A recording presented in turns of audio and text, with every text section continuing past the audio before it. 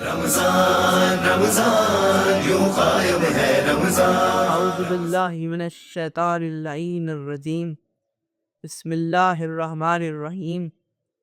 الحمد للہ الذی جعلنا من المتمسکین بولایت مرتضویہ وہو خلیفۃ الرسول ووصی الرسول ومطیع الرسول باب عترۃ الرسول زوج بنت الرسول الذی هو ذو القرنین آنی الحسن والحسین قیل له فی شان خلقہ ضربۃ علی یوم الخندق افضل من عبادت الصالحین. اللہم صلی علی محمد اقبال محمد وعجل فرج اجمعین. السلام علیکم ناظرین. قائم ٹی وی کینیڈا کی خصوصی پروگرام رمضان کرن بہاج زیدی کے سنگ کے ساتھ ذاکر اہل بیت سید محمد بہاج زیدی حاضر خدمت ہوں. تمام مومنین کو، تمام ماں بہنوں کو، تمام بزرگوں کو آج کے اس پروگرام میں خوش آمدید کہتا ہوں. پروردگار عالم نے ہمیں یہ شرف بخشا ہے کہ ہم روزے رکھ رہے ہیں، اور جو ہم رمضان گزارتے جا رہے ہیں، روزے گزرتے جا رہے ہیں، ہمارے روزے تو گزر رہے ہیں، نیکیوں میں اضافہ بھی ہو رہا ہے، لیکن ساتھ میں ہمارا گلا، ہماری آواز دونوں بیٹھتے ہوئے لگے. اذان محترم، خدا قرآن میں سورہ احزاب میں فرماتا ہے لو کان ارضا قریبا وسفرا قاصدا. اے میرے حبیب، اگر سفر قریب کا ہوتا اور مال غنیمت ملنے کی امید ہوتی تو یہ سب کے سب آپ کے ساتھ چل بڑھتے، آپ کے ساتھ چلے جاتے. یہاں خدا کیا کہنا چاہ رہا ہے کہ میرے حبیب اگر مال غنیمت انہیں چاہیے ہے اور اگر انہیں ملتا تو یہ آپ کے ساتھ چلتے. یہ خدا نے کہا. کس وقت کہا؟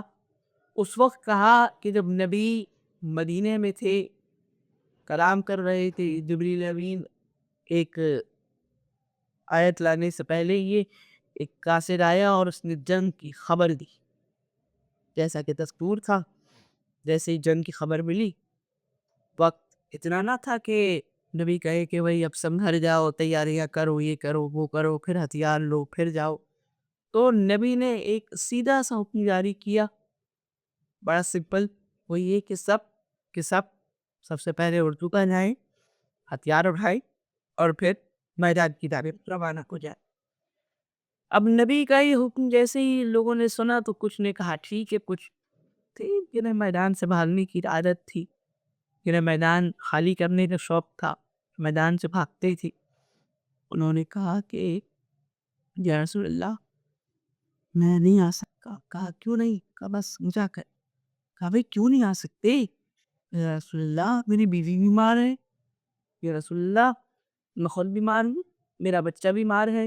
یا رسول اللہ میں آ نہیں سکتا. اس وقت یہ آیت نازل ہوئی کہ لو کان ارضا قریبا و سفرا قاصدا. اے میرے حبیب اگر سفر قریب کا ہوتا اور مال غنیمت ملنا ہوتا تو یہ سب کے سب آپ کے ساتھ چل پڑتے. یعنی یہ ماننا پڑے گا کہ نبی کے جنگ میں کچھ ایسے نبی کے لشکر میں لوگ ہوتے تھے کہ جو نبی کے پیچھے اس لیے نہیں کھڑے ہوتے تھے کہ نبی کے پیچھے کھڑے ہوئے ہیں، اس لیے نہیں کہ نبی کی اطاعت میں ہیں، اس لیے نبی کے پیچھے کھڑے ہوتے تھے کیونکہ انہیں مال غنیمت چاہیے ہوتا تھا. اور کیا کہا خدا نے کہ اگر سفر قریب کا ہوتا اور مال ملنے کا امید ہوتی، خدشہ ہوتا تو یہ آپ کے ساتھ چل پڑتے. لیکن ہمیں تاریخ میں کچھ ایسے بھی ملے کہ جن کے بارے میں خود حسین نے کہا، خود حسین فرما رہے ہیں، مولا حسین، کہ ایسے صحابی نہ میرے نانا کو ملے، نہ میرے بابا کو ملے، نہ میرے بھائی حسن کو ملے جیسے مجھے ملے. یعنی مولا حسین نے کہہ کر ان تمام بات اپنے صحابہ کو 72 کو نبی کے، مولا کائنات کے مولا حسن کے صحابہ پر فوقیت دے دی. کیوں؟ کیونکہ نبی دن کی روشنی میں چراغ جلا کے کہتے تھے چلو میرے ساتھ آ جاؤ، جنگ کے لیے چلنا ہے. کوئی جانے پر راضی نہ ہوتا تھا، لوگ بھاگنے لگتے تھے، اکا دکا راضی ہوتے تھے. لیکن مولا حسین رات کی تاریکی میں چراغ بجھا کر، جنت کی ضمانت لے کر، ہر ایک گناہ کی ضمانت لے کر کہہ رہے ہیں کہ میں بخشوا بھی دوں گا, میں جنت میں بھی بھیج دوں گا, اگر پھر بھی ہچکچا رہے ہو میرے اہل خانہ میں سے کسی کا ہاتھ پکڑ کے اسے اپنے ساتھ لے جاؤ, لیکن پھر بھی کوئی حسین کو چھوڑ نہیں رہا. یہاں اب ایک حکایت کے لیے باتیں آپ کی نظر, باتیں ہمارا کشکول سے ہیں, اور وہ کچھ یوں ہے کہ ایک روز ایک نبی ایک جھیل کے پاس سے گزر رہے تھے. انہیں وہاں کچھ بچے نظر آئے, وہ رک گئے. انہوں نے دیکھا کہ ان بچوں کے بیچ میں ایک نابینا بچہ بیٹھا ہے, اور وہ بچہ بیچارہ دیکھ نہیں پا رہا, بچہ کسی کو نہیں دیکھ سکتا. تو بچے اس کے ساتھ شرارتی کر رہے. کچھ بچے جو شرارتی ہیں کیا کرتے ہیں, وہ آتے ہیں اسے پانی میں اس کا منہ ڈالتے ہیں, نکالتے ہیں, چلے جاتی. اور جو کچھ زیادہ شرارتی ہیں وہ آتے ہیں اور اسے مارتے ہیں اور پھر چلے جاتے ہیں.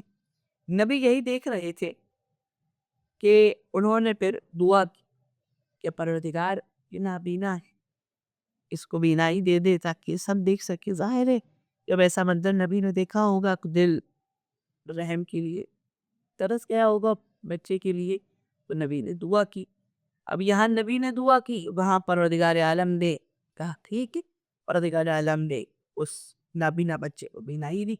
اب جیسے ہی اسے بینائی ملی, اس نے کیا کیا, اس نے فوراً بینائی ملتے ہی وہ جو بچے تھے ان سب کو مارنا شروع کر دیا. اور اس نے اب ان بچوں کو مارنے کے لیے کیا کیا, بچوں کو لیتا ہے پانی میں ڈبوتا ہے اور مار دیتا ہے, اسی مر جاتے ہیں بچے. نبی دیکھ کے ڈر گئے. نبی نے خدا سے کہا کہ خدا تو بہتر جانتا ہے کس کو کیا دینا ہے, پروردگار اگر میں چاہتا ہوں کہ تو اسے واپس نابینا کر دے, اور پھر خدا نے اسے واپس نابینا کر دیا. یہاں ہمیں سیکھ ملتی ہے کہ پروردگار کو معلوم ہے کہ کس کو کیا عطا کرنا ہے, کس حد تک عطا کرنا ہے اور کتنا عطا کرنا ہے. پروردگار کے علاوہ کوئی اور یہ بات نہیں جانتا. یہاں وقت ہوتا ہے ریسیپی کا. آج آپ کولڈ کافی کی ریسیپی بتائیں گے. آپ نے کوئی بھی اپنا دودھ لینا ہے, اور پرس کا یا ملک پیک کا, یہ نورپور آپ نے اسے ٹھنڈا کرنا ہے. تقریباً ایسا کرنا ہے کہ وہ جم جائے, لیکن نہ بہت زیادہ جمع ہوا ہو نہ بہت کم. پھر آپ نے اسے اپنی ایک جگہ رکھ دینا ہے, اور پھر آ کے دوسری طرف اپنی کافی ریڈی کرتے.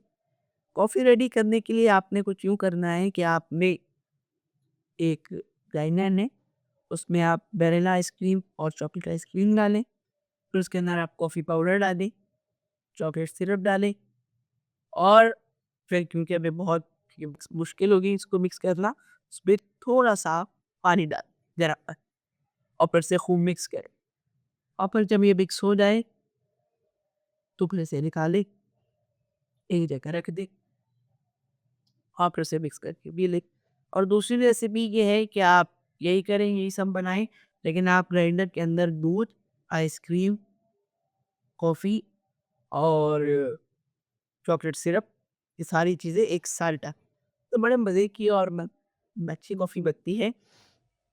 اس میں آپ چینی چاہیں تو ڈال سکتے ہیں, کیونکہ میں بہت تیز چینی والی کافی نہیں پیتا, مجھے تھوڑی کڑوی کافی پسند ہے, تو میں چینی کم ڈالتا ہوں. اور جب آئس کریم ڈالتا ہوں تو میں چینی نہیں ڈالتا, بلکہ کافی کو تھوڑا زیادہ ڈالتا ہوں تاکہ کافی کا ٹیسٹ زیادہ آئے اور وہ تھوڑے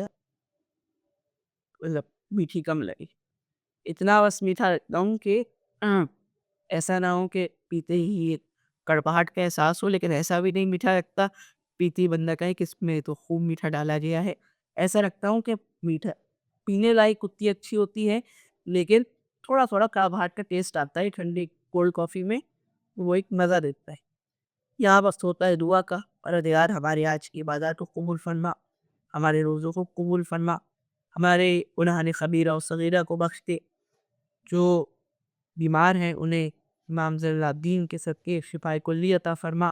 پروردگار بے گھر کو گھر عطا فرما, بے اولاد کو اولاد عطا فرما, بے روزگار کو روزگار عطا فرما.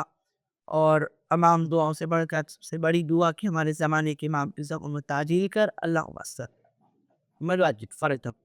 رمضان رمضان یوں قائم ہے رمضان، رمضان رمضان یوں قائم ہے.